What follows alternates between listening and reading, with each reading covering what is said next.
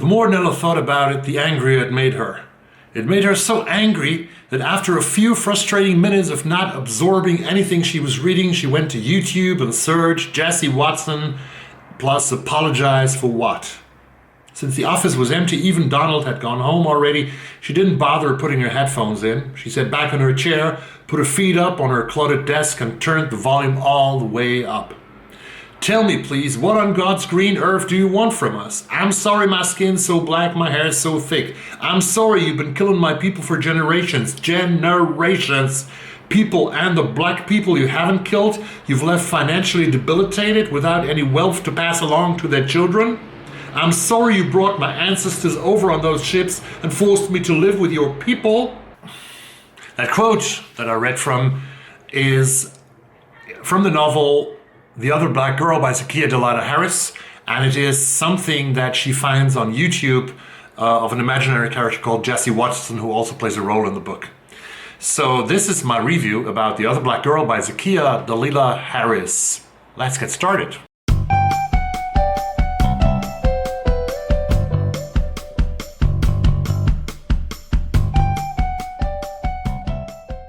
The Other Black Girl by Zakiya Dalila Harris. Let me start with the remark that I prefer the UK cover, which you can see here, because I like yellow. I'm a fan of yellow, much to the American cover that you can see here right now.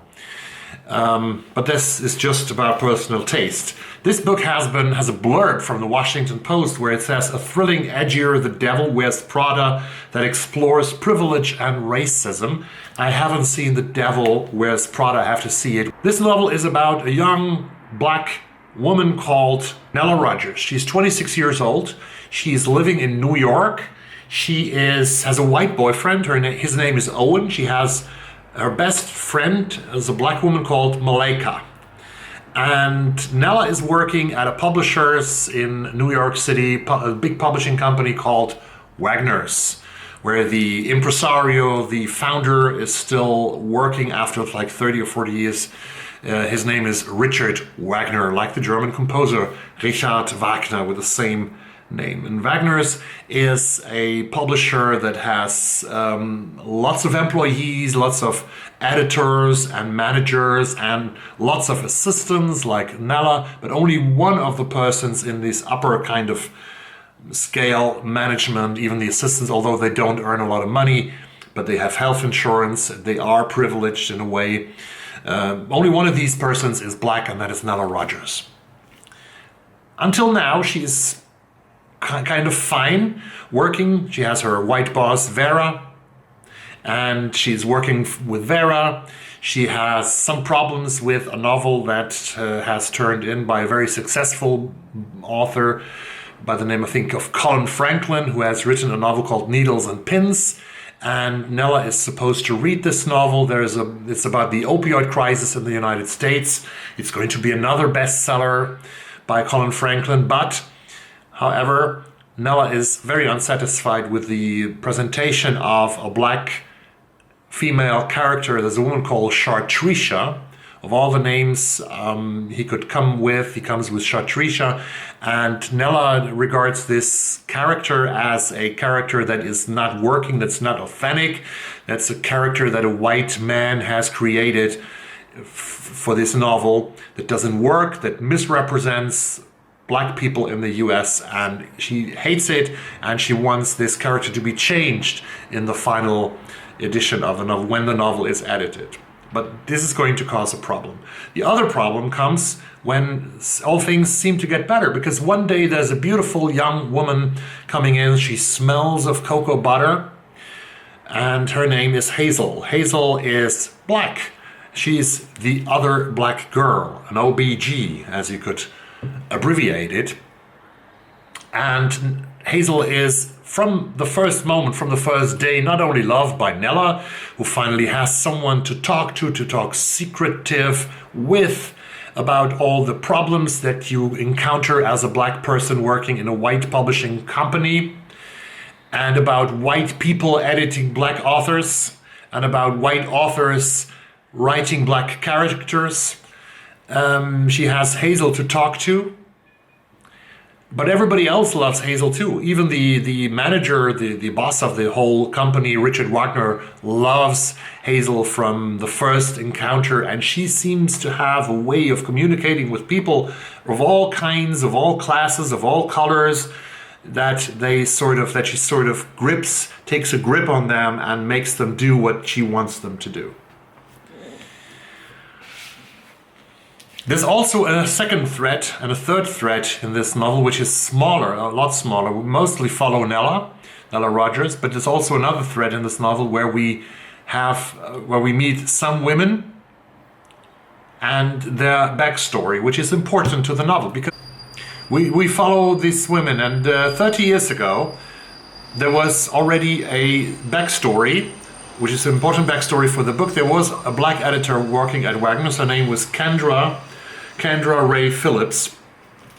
And Kendra left Wagner for some reason that is not really clear, and she might have disappeared into nowhere. Nobody knows where she is.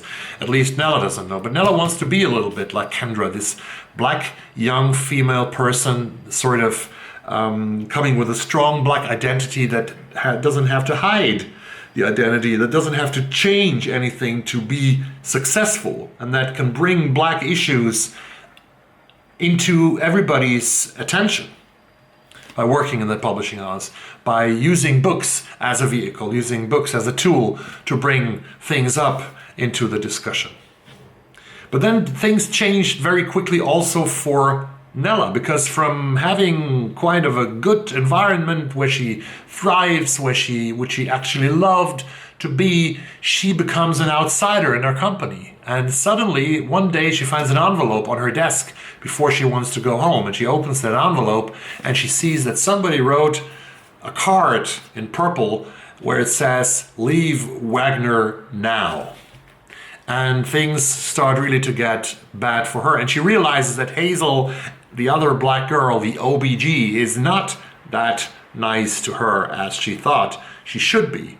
Because of black solidarity, she plays a different game, and she makes Hazel makes Nella sort of fail in a couple of situations, or being exposed in a couple of situations. And we learn with the backstory, now I have to stop because otherwise I would reveal too much how this story develops. This story develops from a novel about work life, about black identity of a young black woman in New York City, into a thriller, into some kind of horror as well, which creeps slowly upon you with this narrative that Zakiya Dalila Harris has created in a very beautiful way. I think I really love how she turns this into a different kind of genre in a way, but also I don't like it. So it's both. I think it's both good and both bad in a way, but it never made me wanting to stop this novel. I wanted to read until the end. I wanted to know what has happened,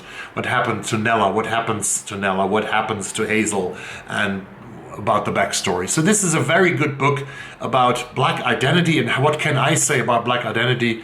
Nothing, of course, but I learned from it a little bit, and I hope that I would love to talk to Zakiya Dalila Harris about this book, would ask her a couple of questions just to explain to me what I misunderstood. But this is also what I don't know, because I'm a man who is bald, and I don't have afro hair. So this is a lot about hair as well. You can see the comb here on the cover, which is very important because it's about gal, it's about women, black women doing their hair and how important it is. It's about thickness of hair. And for the first time in my life, I read things like their numbers, like was it L4 or L3, where black hair is categorized in different kinds of thickness and different kinds of lengths. So it's apparently important and very very essential for black women for some reason that the society puts upon them to do their hair. Zakiya Dalila Harris, the author herself. I really would like to ask her a couple of questions, and I have another quote for you. Another quote where you see how much it is of the interactions between black people and white people with privilege, in this case, and what's in there in this relationship and what makes it so problematic, and which shows how much we still have to learn. Richard is the editor, this is the manager, the owner of Wagner, the man who drives Wagner. And Nella is talking to Richard. Oh, Richard leaned forward in his chair, his eyes practically boggling out of his eternally youthful face. Nella matched his body language with hers. It might have sounded peculiar, but it was in seemingly mundane moments like those, when she told a white man something so basic about herself that made his eyes boggle out of his head, that she felt closest to all the black people who were black long before she was, all of the enslaved black men and women who impressed white people with their reading abilities, all of the black men and women who became doctors and lawyers and other things people said they couldn't. Garrett Morgan, Marian Anderson, Diane Carroll, Barack Obama, her parents, anyone who had impressed a white person simply by existing, which given the number of times black people have been lynched and raped and beaten down over the last 400 years, should have been every black person. Read The Other Black Girl, the OBG, by Zakiya Dalila Harris, published in this beautiful white, yellow dust jacket by Bllomsbury Publishing in the UK. Thanks very much for watching this video, and stay tuned to the channel, but most of all, please stay safe. Bye-bye.